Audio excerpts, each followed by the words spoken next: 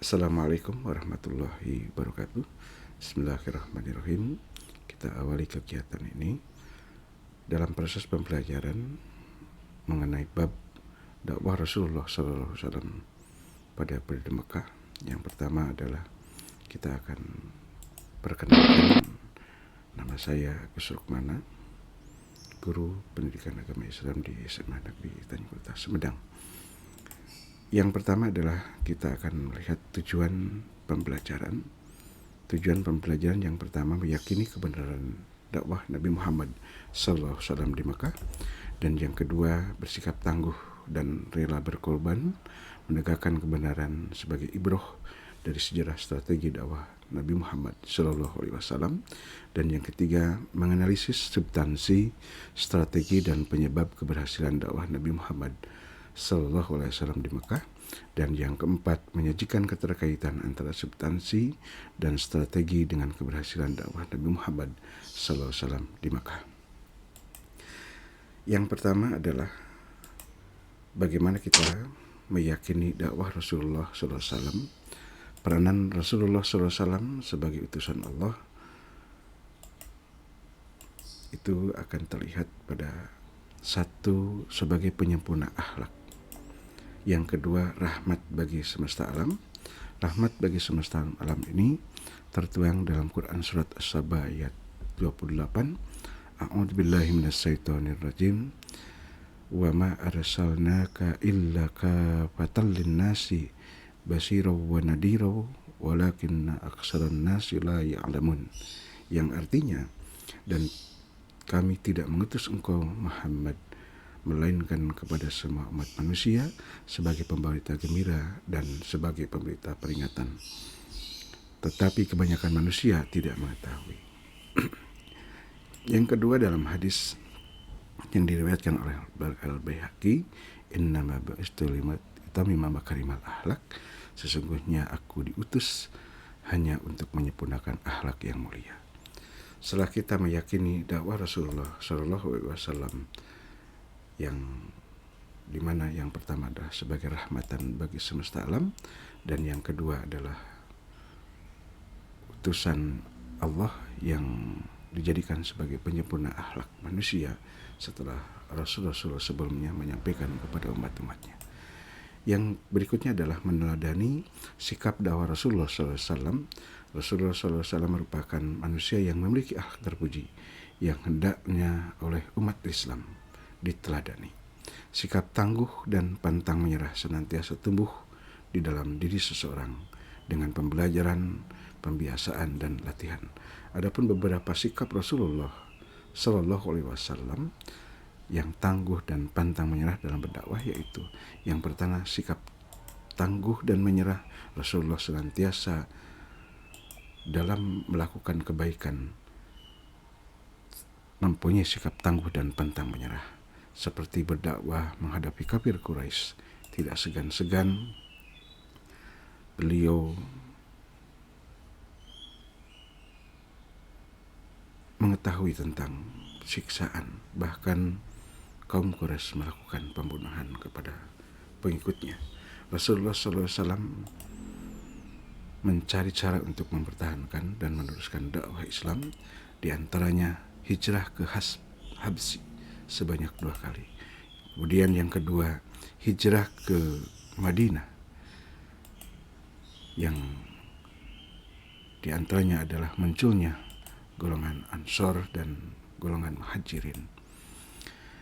Yang berikutnya adalah tentang rela berkorban. Rasulullah SAW mengorbankan segala yang dimilikinya dalam mendakwahkan ajaran Islam. Hal ini merupakan contoh rela berkorban bagi seseorang yang menginginkan kesuksesan. Karena untuk meraih kesuksesan, terkadang manusia akan dihadapkan dengan hal-hal yang menuntut untuk rela berkorban.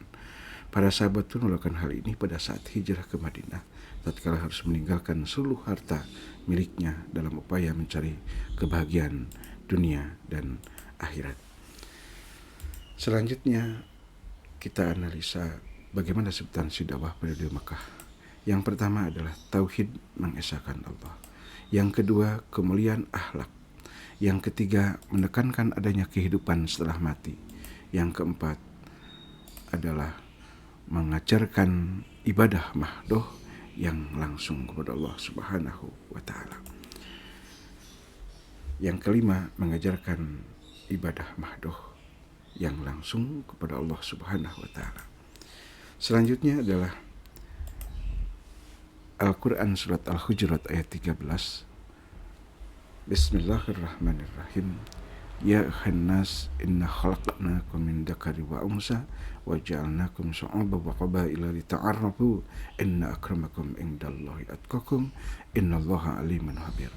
Artinya, wahai manusia, sungguh kami telah menciptakan kamu dari seorang laki-laki dan seorang perempuan.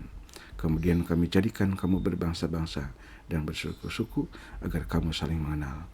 Sesungguhnya yang paling mulia di antara kamu di sisi Allah ialah orang yang paling bertakwa.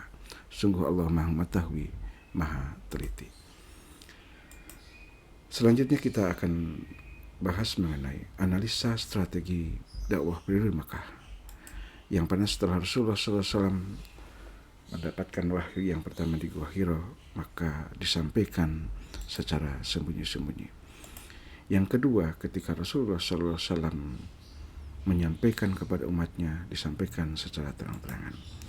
Dengan secara sembunyi-sembunyi, maka muncullah yang masuk Islam kerabat terdekatnya, maka muncul juga as-sabiqunal awalun. Kemudian setelah Rasulullah SAW mendapatkan ayat Al-Quran yang menyuruh untuk secara terang-terangan, a'udzubillahi minasyaitonirrajim, fasda bima tu'maru wa'rid 'alal musyrikin innaka kafainaka mustahjiin. Artinya, maka sampaikanlah secara terang-terangan segala apa yang diperintahkan kepadamu dan berpalinglah dari orang musyrik yang musyrik. Sesungguhnya kami memelihara engkau dari kejahatan orang yang berolok-olok engkau. Quran surat Al-Hijr ayat 94 dan 95. Dari substansi dan strategi, maka ada keterkaitan antara keduanya untuk melihat keberhasilan dakwah Rasulullah SAW di periode Mekah. Yang pertama disampaikan dengan penuh kehati-hatian, sabar dan menggunakan bahasa yang halus dan lemah lembut serta dengan bahasa yang mudah dipahami. Kemudian yang kedua, Rasulullah SAW memposisikan para sahabat pengikutnya sebagai sahabat.